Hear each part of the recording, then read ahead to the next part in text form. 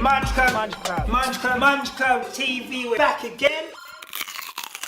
And we are back out in Munch Club TV. Welcome back to another culture shaping interview. Back in the kitchen with lawyer in training, entrepreneur, and founder of Made in Africa, Mr. Andre the designer. Whoop, whoop. Looking fly. Obviously, as you see, I had to step it up as well. Trying to be like you today. Oh, no! Don't you? I literally not even clocked that. You've been in my kitchen for like an hour. I didn't even realise. Thank you for coming on the show. Yes. You're a fan of lamb. Why lamb? The reason why I love lamb so much is in my second year of university, my flatmate, he's Hindu, Okay. so he doesn't eat beef. So as I guess a show of solidarity, we decided not to eat beef in the house. Nice. So we had a lot of lamb. In a show of solidarity as well, we're going to do it, carrying it on, and what we're going to have are lamb leg steaks. So we are essentially, we're going to have them with some sweet potatoes and a mint and lemon vinaigrette that we'll make as well. So this is going to be super simple. Everything shouldn't take longer than half an hour, and you're going to be in charge of the cooking process. Are you ready for that? Yeah, sounds good. Sounds good? Okie dokie. Right, let's get into it. So what we're going to do is medium heat. That's for you. You can take that. Right, that's for you. So, super simple. So today we're going to let the ingredients talk for themselves, kind of like how you let your clothes speak for themselves, right? Yeah. Right. There you go. Right, so bit of olive oil in the pan, and what we're going to do is just fry these potatoes off. Now, how did MIA kind of start out? I was out in South Africa with work. I was there for 6 months, and I was in need of a suit. I'd been quite annoyed for a while about the way that men's trousers fitted. Yeah. So when I met a tailor and asked him to make me the suit, I asked him to make the trousers a little bit different. I asked him to make the trousers slightly different, so high-waisted, a little bit cropped, and a bit more room around the thighs as well. Yeah. To kind of deal with that trade-off between waist fit and leg room that I suffer, and a lot of men, I feel, suffer as well. So I did a bit of market research, spoke to a few people as well, and found out that they had the same problem. Sparked, I guess, the drive to actually make it a thing. Yeah. So I spoke to the tailor, kind of pitched the idea to him. We got the first batch of trousers made and came back to London with them. And yeah, we've gone from there. Right, if you can flip those one by one. So just so you know, we've got some smoked paprika in there, salt and pepper. It looks. It's harder than it looks. Don't worry, I've got faith in you to do that. Well done, that's cool. So I'll help you out as well. How long have you guys been going for? So we soft launched back in October. Yeah.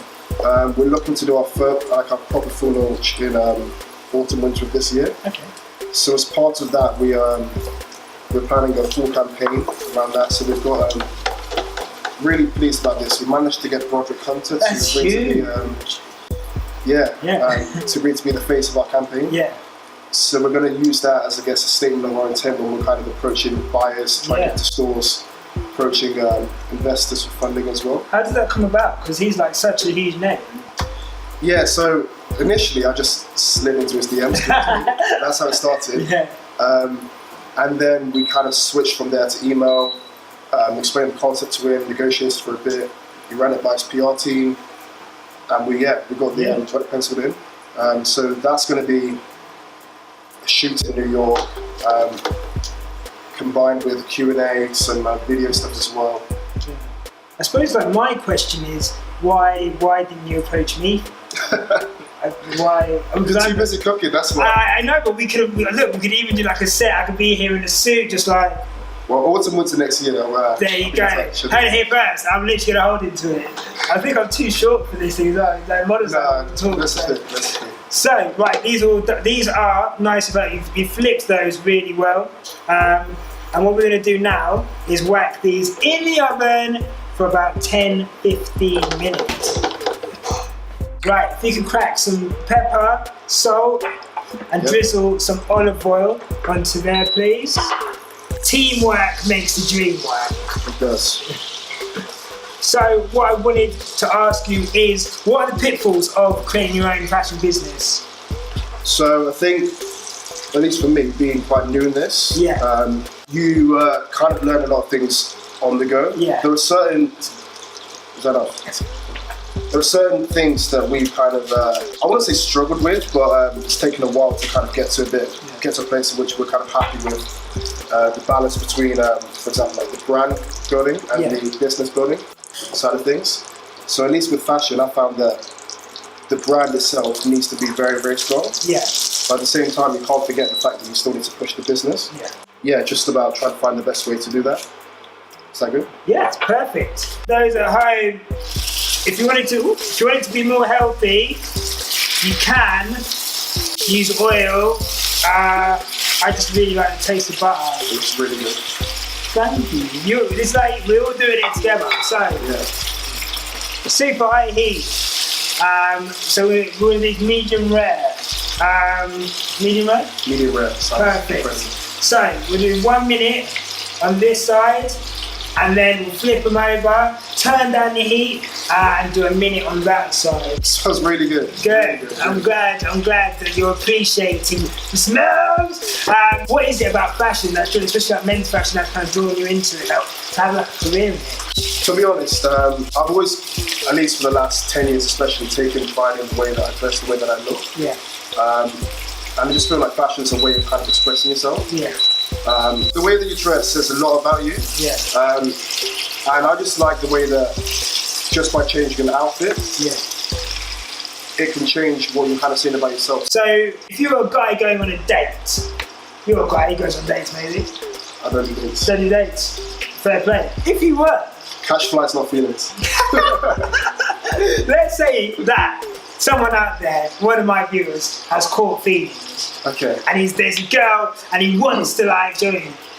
He wants to look good. What would you recommend for that? Probably something simple but elegant initially. So kind of like what you're wearing. This turtleneck goes very well on dates. In fact, I'll just send him a picture of you. Send a picture of me. I'd just be like, just dress like this guy. Basically, Maybe for a blazer in there as well. there you go. I would have bought a blazer, but it's so hot in this kitchen, and I get, as you can see, I'm a messy cooker, so it would have just gone everywhere. It would have been horrible. But no, I remember going once when I was younger. I was like going on a date, and my dad saw me. I was wearing like these dirty high tops, and he was like, "You cannot wear that. A man's shoe says everything about him." Yeah. Do you agree about that with shoes? Like, I guess so. But to be honest, one of the main things that we try and do with our shoes, the reason why we shoe so much, we have this street series going on, through which we try to show the versatility of our trousers, try to show that you can wear the formal wear with anything. Yeah. So like right now, I'm wearing Vans, wearing yeah. Vans with the same formal trousers. Nice. And I wore to work yesterday with smart shoes. That's awesome. So again, it's part of, I guess, the change in personalities and the change in way of kind of being perceived. Yeah. Just by changing your shoes, it says a lot about you. You can make the same outfit look very different just by changing shoes. Exactly, right. So these are done to medium rare. If you see me like kept putting them, basically you should be able to tell when you're cooking steak. If you're on your thumb, there's various degrees of hardness, like the further up you go, the tougher it is, and that's kind of like how it is with steak. So down here in the fleshy part, that's like rare. Further up you go, medium rare, and then obviously at the top where it's super tough, that is like well done. So these are feeling like medium rare. I'm going to take them off, and hopefully they are. They will be. So I'm a G. Come on. So we're going to quickly do a vinaigrette. I've actually not done this for a while. So whack a bit of olive oil in. Onions and leeks. So white wine vinegar. Just gonna whack in some mint with that as well. Stir that all in. Oof. Super fresh, good. Right, this is all ready. I'm gonna plate up.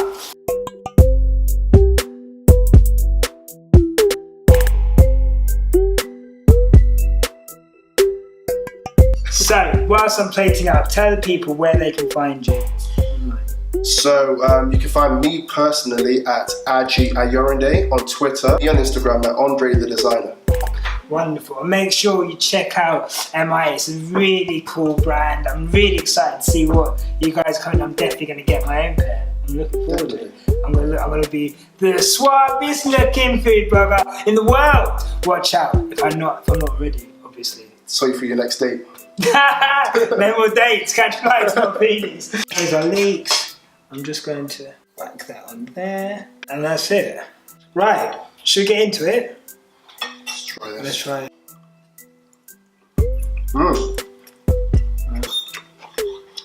Magnifique. That's really nice. I'm gonna leave Andre to his lab. I'm gonna go manage this as well. What you can do is subscribe to the blog. Thank you to all of the new subscribers. It's been really, really appreciated. Make sure you watch our next video that comes up on the screen, and we drop every Friday at 4 p.m. So make sure you're locked in for that. Follow us on Facebook, Twitter, Insta, Snapchat, all of that at Munch Club TV, all of that. And say thanks for watching. Check out MIA, check out Munch Club TV. That's it. Toodle-doo, goodbye. Screw up.